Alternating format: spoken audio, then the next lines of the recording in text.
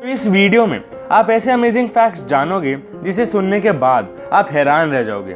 तो अगर आपने इस चैनल को अभी तक सब्सक्राइब नहीं किया तो वो ज़रूर कर लेना, ताकि आप फ्यूचर में कोई भी अमेजिंग और इंटरेस्टिंग कंटेंट बिल्कुल भी मिस ना कर पाओ। तो चलिए शुरू करते हैं।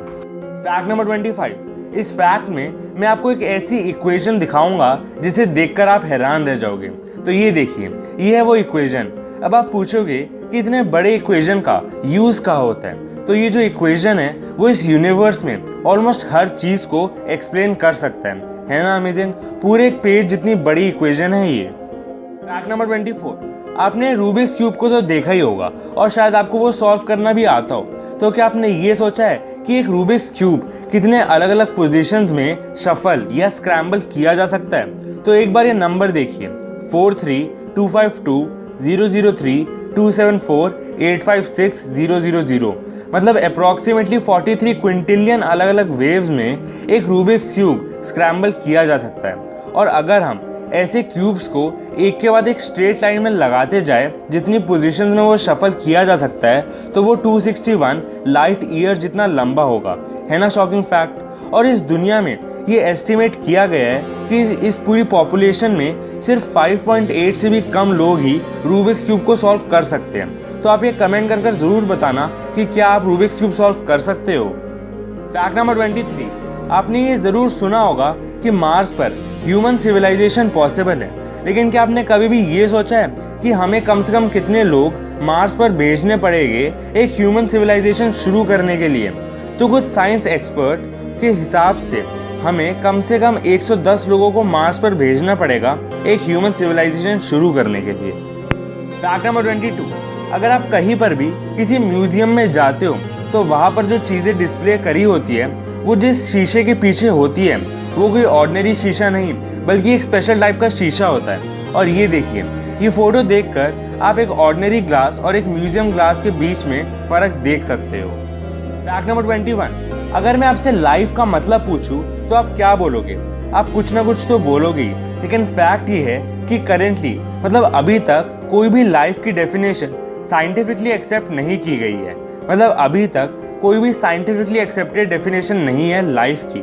लेकिन आप कमेंट करके ज़रूर बताना कि आपके हिसाब से लाइफ की साइंटिफिक डेफिनेशन क्या होनी चाहिए। Fact number 20।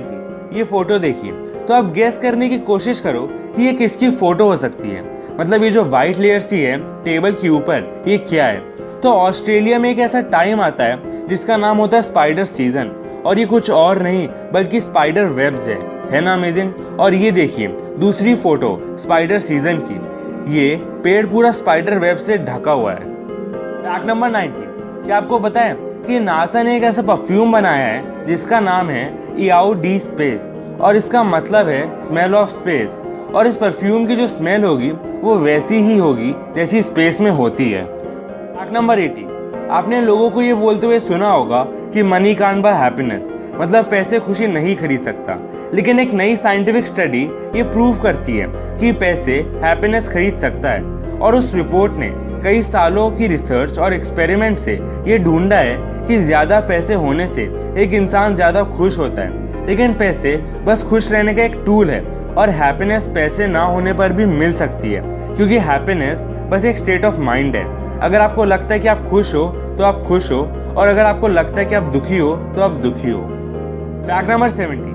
मैंने आपको रूबिक्स क्यूब के बारे में ऑलरेडी एक अमेजिंग फैक्ट बता दिया, तो ये भी जान लो कि 2010 में एक मैथमेटिशियंस और कंप्यूटर प्रोग्रामर्स के ग्रुप ने ये प्रूव किया था कि चाहे एक रूबिक्स क्यूब कितना भी शफल्ड हो, वो बस 20 मूव्स के अंदर मतलब 20 मूव्स से भी कम मूव्स में सॉल्व हो जाएगा।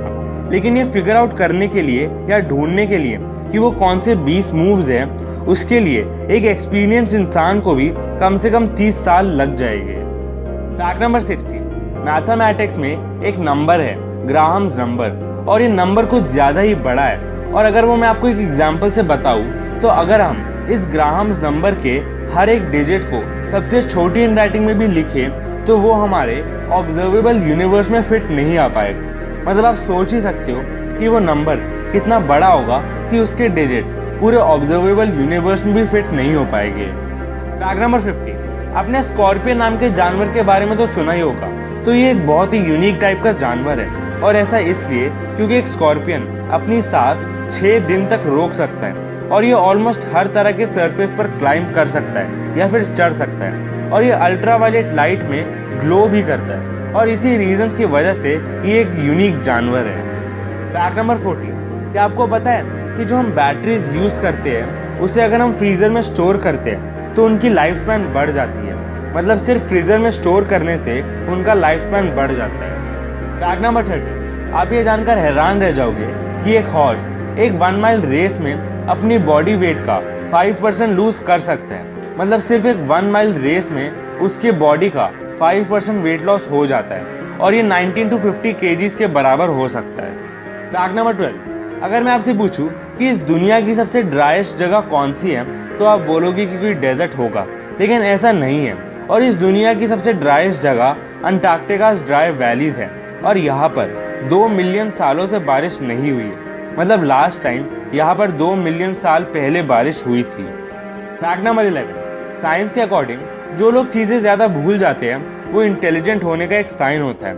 मतलब फॉरगेटफुल होना इंटेलिजेंस का एक साइन होता है। तो आप ये ज़रूर बताना कि क्या आप में ये साइन है। फैक्ट नंबर 10, किसी भी ह्यूमन के लिए ये इम्पॉसिबल है कि वो कोई भी ऐसे कलर को इमेजिन कर ले जो उसने कभी देखा ही ना हो। मतलब आप ये अभी ही ट्राई कर देख लो।